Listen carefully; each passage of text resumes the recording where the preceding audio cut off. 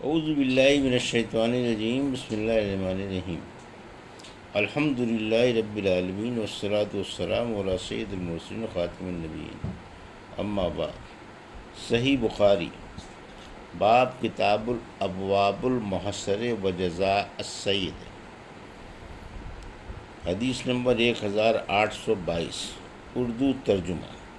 احرام والے لوگ شکار دیکھ کر ہنس دیں اور بے احرام والا سمجھ جائے پھر شکار کرے تو وہ احرام والے بھی کھا سکتے ہیں۔ ہم سے سعید بن ربیع نے بیان کیا، کہا ہم سے علی بن مبارک نے بیان کیا، ان سے یحییٰ بن ابی کثیر نے، ان سے عبداللہ بن ابی قتادہ نے، کہ ان سے ان کے باپ نے بیان کیا، انہوں نے کہا کہ ہم صلح حدیبیہ کے موقع پر نبی کریم صلی اللہ علیہ وسلم کے ساتھ چلے۔ ان کے ساتھیوں نے تو احرام باندھ لیا تھا، لیکن ان کا بیان تھا کہ میں نے احرام نہیں باندھا تھا۔ ہمیں عنیقہ میں دشمن کے موجود ہونے کی اطلاع ملی، اس لیے ہم ان کی تلاش میں نبی کریم صلی اللہ علیہ وسلم کے حکم کے مطابق نکلے۔ پھر میرے ساتھیوں نے گورخر دیکھا، ایک دوسرے کو دیکھ کر ہنسنے لگے۔ میں نے جو نظر اٹھائی تو اسے دیکھ لیا، گھوڑے پر سوار ہو کر اس پر جھپٹا اور اسے زخمی کر کے ٹھنڈا کر دیا۔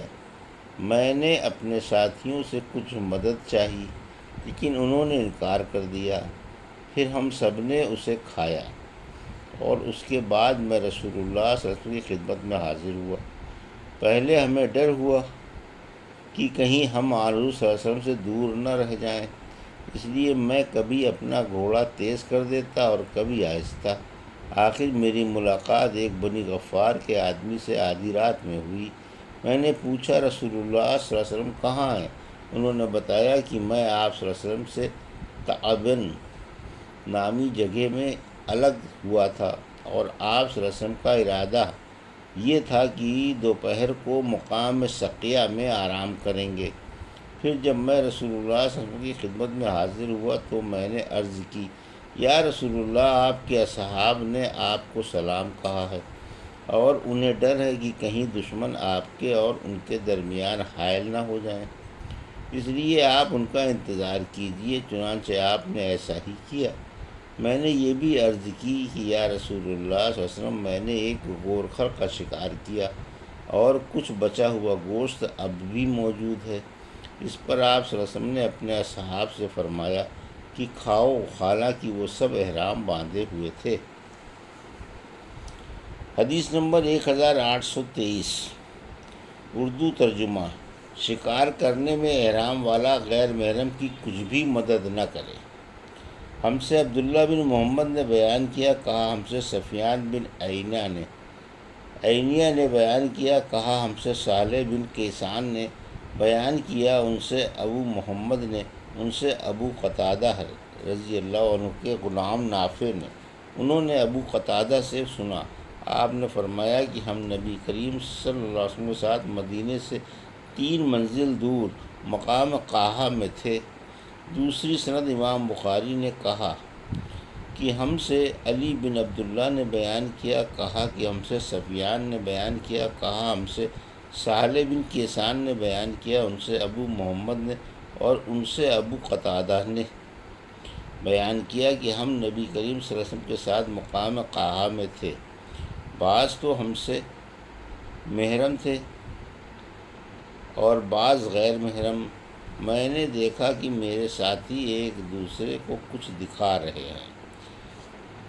میں نے جو نظر اٹھائی، ایک گورخر سامنے تھا، ان کی مراد یہ تھی کہ ان کا کوڑا گر گیا، اور اپنے ساتھیوں سے اسے اٹھانے کے لیے انہوں نے کہا، لیکن ساتھیوں نے کہا کہ ہم تمہاری کچھ بھی مدد نہیں کر سکتے کیونکہ ہم محرم ہیں، اس لیے میں نے وہ خود اٹھایا۔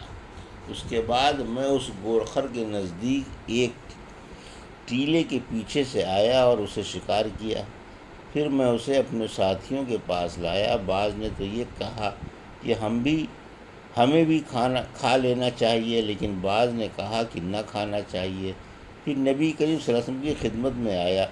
آپ ہم سے آگے تھے، میں نے آپ سے مسئلہ پوچھا تو آپ نے بتایا کہ کھا لو، یہ حلال ہے۔ ہم سے عمرو بن دینار نے کہا کہ صالح بن کیسان کی خدمت میں حاضر ہو کر اس حدیث کو اور اس کے علاوہ کے متعلق پوچھ سکتے ہو، اور وہ ہمارے پاس یہاں آئے تھے۔ حدیث نمبر 1824، اردو ترجمہ۔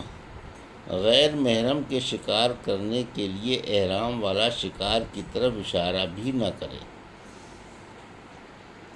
ہم سے موسیٰ بن اسماعیل نے بیان کیا، کہا ہم سے ابو عوانہ نے بیان کیا، ان سے عثمان بن موخب نے بیان کیا، کہا کہ مجھے عبداللہ بن ابی قتادہ رضی اللہ عنہ نے خبر دی، اور انہیں ان کے والد ابو قتادہ نے خبر دی کہ رسول اللہ صلی اللہ علیہ وسلم حج کا ارادہ کر کے نکلے، صحابہ رضوان اللہ علیہم بھی آپ کے ساتھ تھے۔ آپ صلی اللہ علیہ وسلم نے صحابہ کی ایک جماعت کو، جس میں ابو قتادہ بھی تھے، یہ ہدایت دے کر راستے سے واپس بھیجا کہ تم لوگ دریا کے کنارے کنارے ہو کر جاؤ اور دشمن کا پتہ لگاؤ، پھر ہم سے آ ملو۔ چنانچہ یہ جماعت دریا کے کنارے کنارے چلی۔ واپسی میں سب نے احرام باندھ لیا تھا، لیکن ابو قتادہ نے ابھی احرام نہیں باندھا تھا۔ یہ قافلہ چل رہا تھا کہ کئی گورخر دکھائی دیے۔ ابو قتادہ نے ان پر حملہ کیا اور ایک مادہ کا شکار کر لیا۔ پھر ایک جگہ ٹھہر کر سب نے اس کا گوشت کھایا، اور ساتھ ہی یہ خیال بھی آیا کہ کیا ہم محرم ہونے کے باوجود شکار کا گوشت کھا بھی سکتے ہیں؟ چنانچہ جو کچھ گوشت بچا ہے وہ ہم ساتھ لائے ہیں۔ آپ صلی اللہ علیہ وسلم نے پوچھا، کیا تم میں سے کسی نے ابو قتادہ کو شکار کرنے کے لیے کہا تھا، یا کسی نے اس شکار کی طرف اشارہ کیا تھا؟ سب نے کہا نہیں۔ اس پر آپ صلی اللہ علیہ وسلم نے فرمایا، پھر بچا ہوا گوشت بھی کھا لو۔ حدیث نمبر 1825، اردو ترجمہ۔ اگر کسی نے محرم کے لیے زندہ گورخر تحفہ بھیجا ہو تو اسے قبول نہ کرے۔ ہم سے عبداللہ بن یوسف نے بیان کیا، کہا کہ ہم کو امام مالک نے خبر دی، انہیں ابن شہاب نے، انہیں عبیداللہ بن عبداللہ بن عتبہ بن مسعود نے، انہیں عبداللہ بن عباس رضی اللہ عنہ نے، اور انہیں صعب بن جسامہ لیثی رضی اللہ عنہ نے کہ جب وہ ابو یاودان میں تھے تو انہوں نے رسول اللہ صلی اللہ علیہ وسلم کو ایک گورخر کا تحفہ دیا، تو آپ نے اسے واپس کر دیا تھا۔ پھر جب آپ نے ان کے چہروں پر ناراضگی کا رنگ دیکھا تو آپ نے فرمایا، واپسی کی وجہ صرف یہ ہے کہ احرام باندھے ہوئے ہیں۔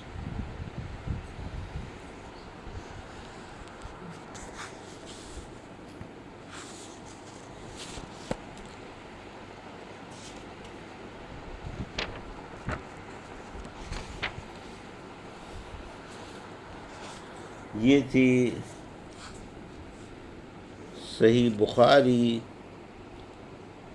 باب ابواب المعصر و جزاء الصید کی حدیث نمبر 1822 سے 1825 کا اردو ترجمہ، جو ابھی آپ نے سماعت فرمایا۔ اللہ سے دعا ہے کہ اللہ ہمیں حدیثوں کی صحیح سمجھ عطا فرما اور ان پر عمل کرنے کی توفیق عطا فرما، آمین یا رب العالمین۔